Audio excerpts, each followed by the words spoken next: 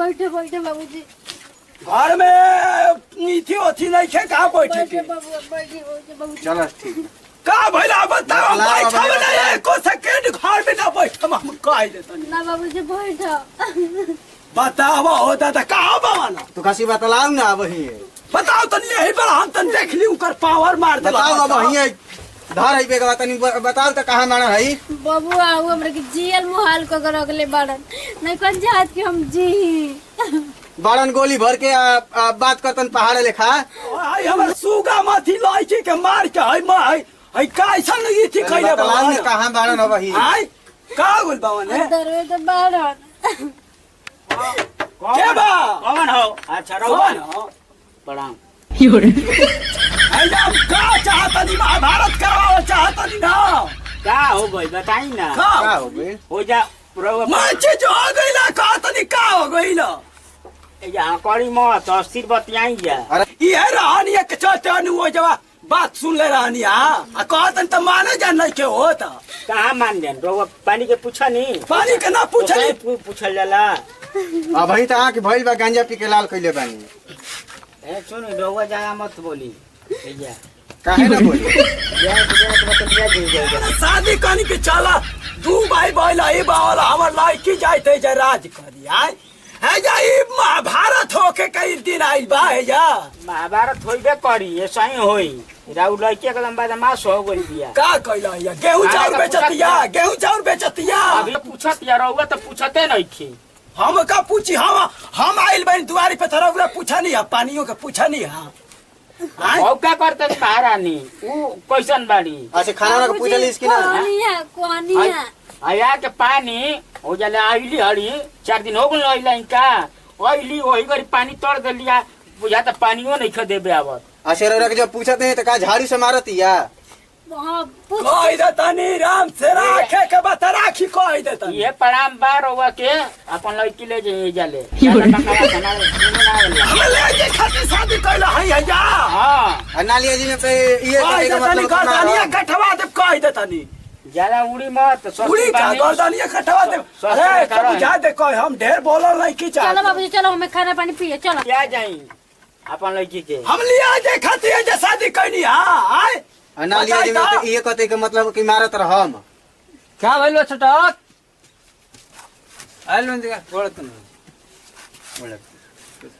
हाय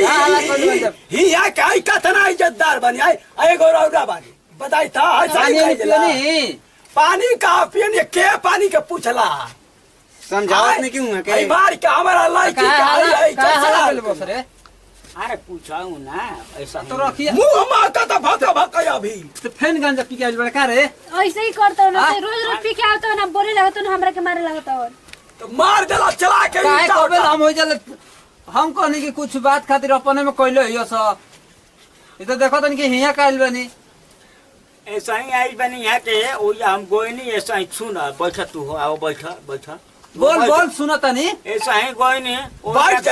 बैठ जाई ओ या ऐसा ही पानी ना पूछाऊ लेट बताओ पानी माने घरे आदमी ना रहा था लेट ले पानी ना दियाला खाना खाना वैसा ही मिलता मरीचिया डाला जाता सब्जी बनेला सब्जी हम खाई ना जा सब्जी हम खाई ना हो जाए ना तो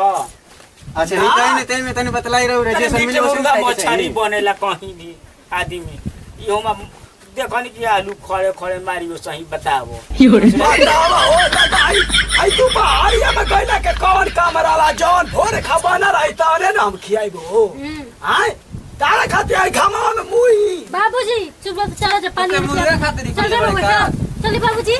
हां ले जा खियाबो हां चल खाना खाई जाए इनके चक्कर में रहम जानू तो आता ले जा आज के बाद मार देबा तो हम केस करम सीधे ठीक बा ठीक है ना तू चल गावे चल हां लिया जाए अरे रहे रे जे काहे खातिर लिया जाए रानी तली बात खातिर अरे लिया जाए ना तो मरते चुप ते देखा था कैसे लिया दे ये ना कहला पढ़ा लिखा आदमी आराम से शांति से रह जाते हो शांति से रहो तन तनी बात खातिर के काल झगड़ा लड़ाई करा लो हम जाते नहीं जा कहां लोग जा बतिया के तुम है नहीं माने सही होई ना बैठी जा बैठी रहो सब कुछ बोली सुनो तनी हम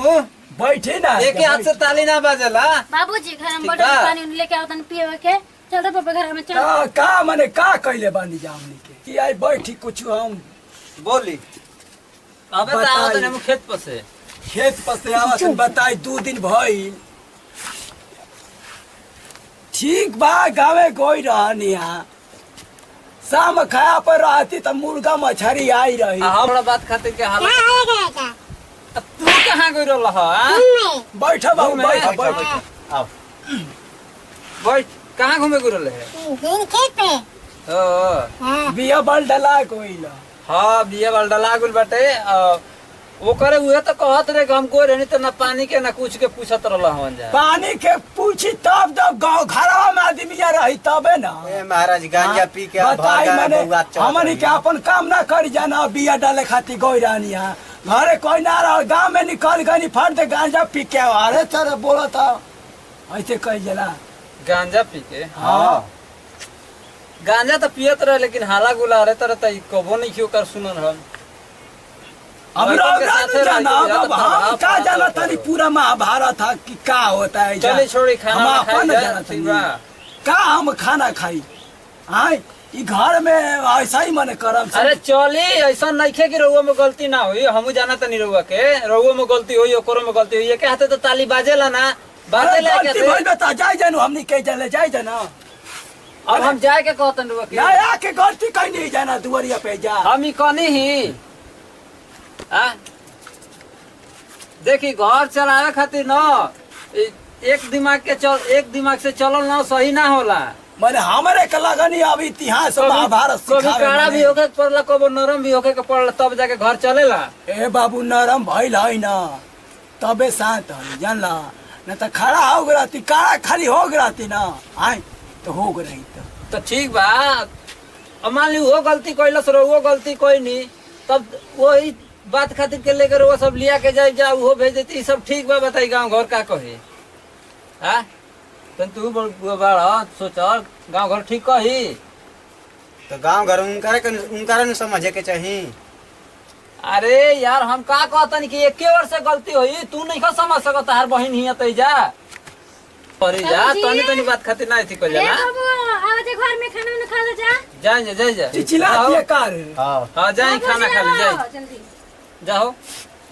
चलो जा मार तनी मनी बात खातिर के ना लड़ाई झगड़ा कर जाला चलो चल मैंने घूमे ठीक रहत है ना ठीक है चलो ठीक बा ठीक है के काम बा रौरे बाकी रही ना हो जावा बरियातिया में बाकी महाभारत करवा दनी रे महाराज छोड़ी ना बीतल बात छोड़ी उ सब ना चुकल जाला बीतल बात गाड़ल भूत के ना उखाड़ा जाला ना तो ऐसे ना करे के चाहिए बताई हती चूंकि मैं गांव डोला के रखले रही ठीक बा जाई खाना ना खाई भूख भूख नहीं खेला का ई कह कोई सोटी हो जाना बजावला ये ढेर बच गेल चल ठीक बा जाई